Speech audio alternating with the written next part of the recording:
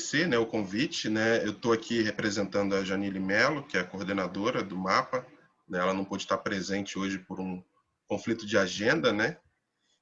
E, bom, eu trabalho na equipe de Data Science do MAPA, né? Assim, a gente fica mais por trás dos bastidores, né? Auxiliando Janine, né? Na semana passada a gente teve a Camila Escudeiro representando também o IPEA aí, numa outra sessão. E a apresentação que eu montei hoje, né, é até o nome de um trabalho que a gente fez há pouco tempo, que é por dentro do mapa das OSCs, né? Então, o objetivo aqui é apresentar um panorama geral do mapa, né? Algumas funcionalidades que o mapa tem, né? E a apresentação ela foi baseada principalmente em duas referências, tá?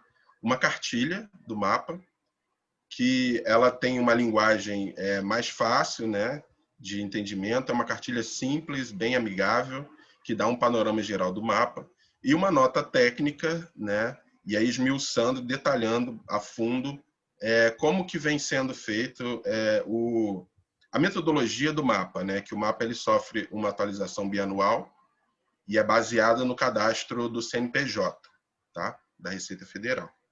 Então, essas publicações elas estão disponíveis online nesse link, né? Depois vocês vão ter a apresentação. E tem um portal com diversas outras publicações, né? Não apenas nossas, mas relacionadas ao tema de OSCs. Tá? Bom, o mapa ele é um portal, né, de transparência pública, ele é colaborativo, né? A gente faz uma consolidação de diversos registros administrativos de estatísticas públicas oficiais, e parte dos dados são autodeclarados pelas próprias OSCs. Tá? O mapa ele foi estabelecido a partir de um decreto de lei de 2016. Tá?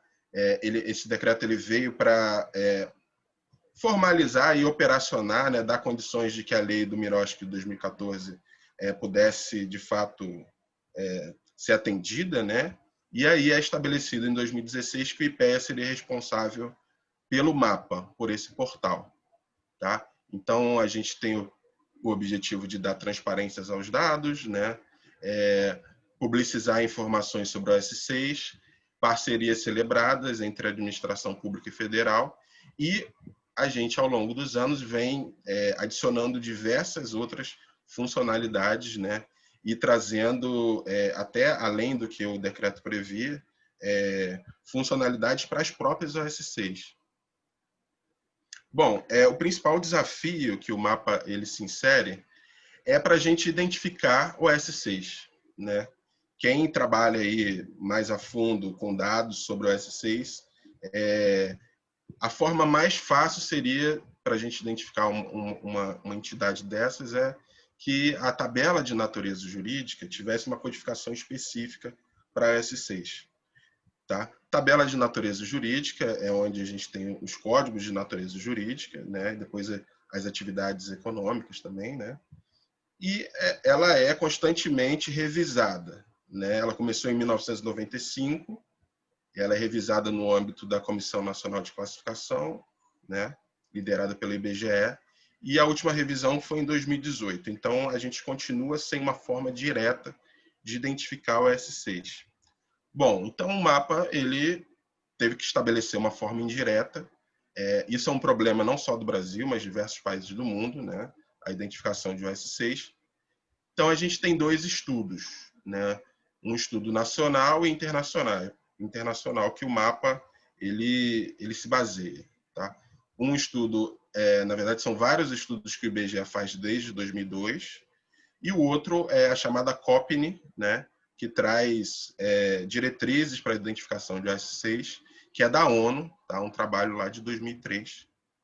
Então, os principais critérios, né? Elas têm que ser organizações privadas, sem fins lucrativos, tá? Institucionalizadas, autoadministradas, voluntárias e não compulsórias. Tá? Bom, aí a partir desses critérios, e principalmente das duas publicações, a do IBGE e a da ONU, a gente já tem algumas exclusões, né, que o mapa faz, exclusões mais específicas que estão associadas à condição de classificação de atividade econômica, a CNAE. Tá? Então, a gente vai excluir caixas escolares, partidos políticos, sindicatos, federações, confederações, condomínios, cartórios, o Sistema S, né, entidades de mediação e arbitragem, comissões de conciliação prévia, conselhos, fundos, consórcios municipais, cemitérios e funerárias. A gente monta um algoritmo, né? Esse algoritmo a gente faz o download da base de dados do CNPJ a cada 2 anos, a gente revisa o algoritmo, né? É um algoritmo bastante grande, ele vai ser um algoritmo que ele passa na base de dados do CNPJ e ele tem parte de identificação direta de natureza jurídica, de KNAI e também o que a gente chama de text mining, né? Da razão social, nome fantasia, né? Basicamente. Naquela segunda referência, a gente tem um detalhamento completo disso, tá? E aí a extração, a principal fonte dela é o CNPJ, né? A base de dados do CNPJ, que é disponibilizada pela Receita Federal. Então, o CNPJ ele vem mais ou menos com quase 40 milhões de organizações e depois a gente vai aplicando os filtros, né? A gente tem as 4 naturezas jurídicas principais, tá? Que são objeto de virarem OS6. A gente vai fazendo etapa a etapa, né? A gente identifica CNPJs que estão em atividade, tá? E aí tem um conceito de atividade para isso, que eu vou dizer adiante. A gente tira aquelas que são inativas, tá? E atualmente, né, na versão 2019, com base em dados da Receita de novembro de 2018, a gente tem 781.921 OS6 em atividade no país. Bom, a gente tem várias fontes, né? O cadastro do CNPJ é uma fonte principal de identificação, mas a gente tem fontes de caracterização dessas OS6, tá? Então, a gente pega vários registros administrativos, principalmente com uma relação de informações anuais, ARRAs, né? A gente tem bases de dados setoriais e certificações, tá?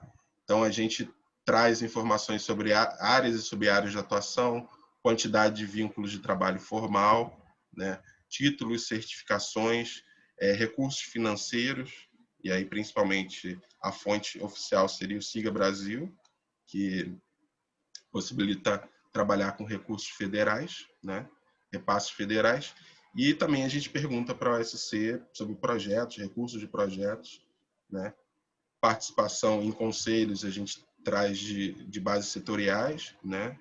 E cada projeto a gente pergunta ao OSC sobre qual o objetivo de desenvolvimento sustentável aquele projeto estaria atrelado, né? E a própria OSC também estaria atrelada. Tá? Então, aqui é a cara do mapa, né? O mapa está sofrendo mais uma nova atualização de cara, né? Dele, e mais funcionalidades virão. Então, essa cara ainda atual, mas em breve ela vai ser alterada, né? Então, a gente pode fazer consultas, né? O principal objetivo do mapa é fazer consultas. Eu vou trazer aqui outros objetivos também, outras funcionalidades, mas a gente pode fazer uma consulta por OSC, né, digitando o nome dela ou o CNPJ. A gente pode fazer uma consulta por município, e aí possibilita a gente trabalhar, né, apresentar automaticamente um breve resumo do município, por unidade da federação e por região. Tá? Aqui tem 2 exemplos de relatórios dinâmicos, tá? Que facilitam bastante a utilização dos dados do mapa. A gente também trata, né, apresenta editais para as OS6, tá? Então tem uma série de editais, as OS6 podem consultar aqui, tá? Então o mapa depende também de parcerias para manter isso daqui atualizado, né? E também do que a gente chama de robozinhos para ficar coletando essas informações e disponibilizando o mapa.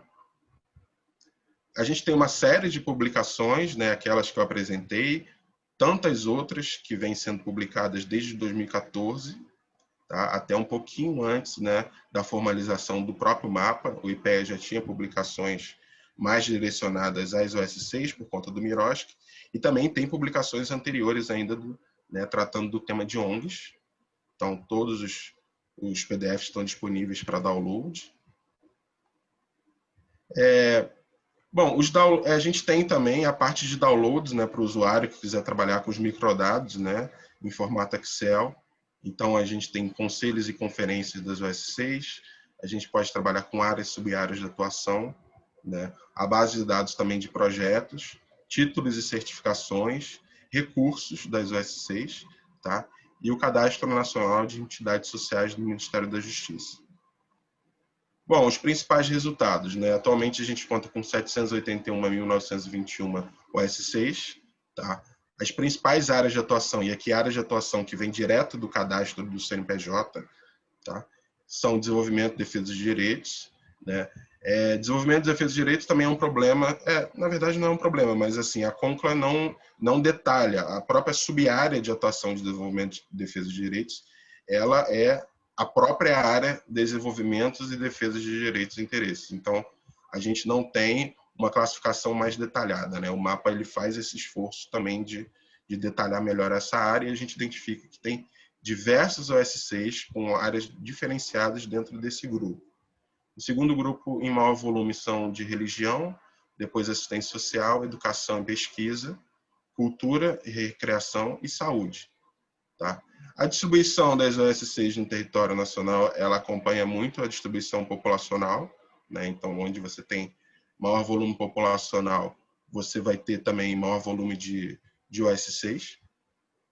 E aí, pensando naquelas principais naturezas jurídicas, né?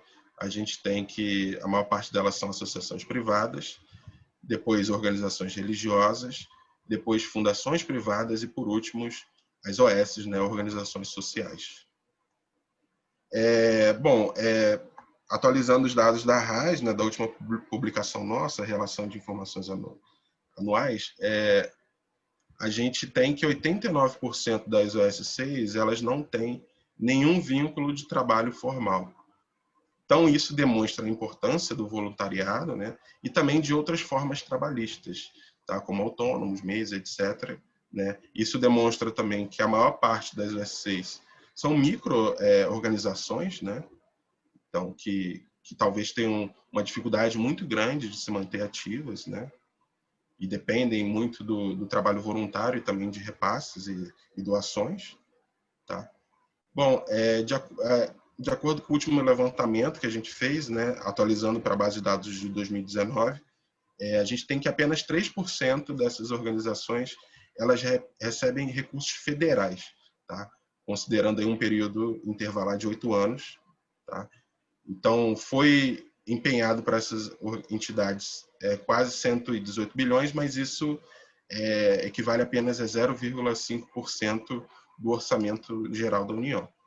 Tá? A área de saúde é a área que recebe maior volume de verba, seguido de educação e pesquisa. Então, são áreas que, de fato, estão no aparato estatal, né? Elas prestam serviços que muitas vezes o Estado não está prestando. Né? Então, por isso, essa relação direta de recebimento de recursos federais.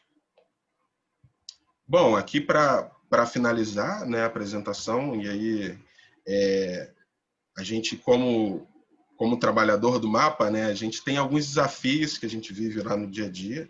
Né? A plataforma ela é uma plataforma colaborativa, então a gente depende muito que a manutenção dela, né, esteja atrelada às OS6 até utilizarem ela, entrarem em contato conosco, né, avaliarem, darem sugestões, né, e principalmente que as OS6 se cadastrem e utilizem informações e divulguem também suas informações. Tá?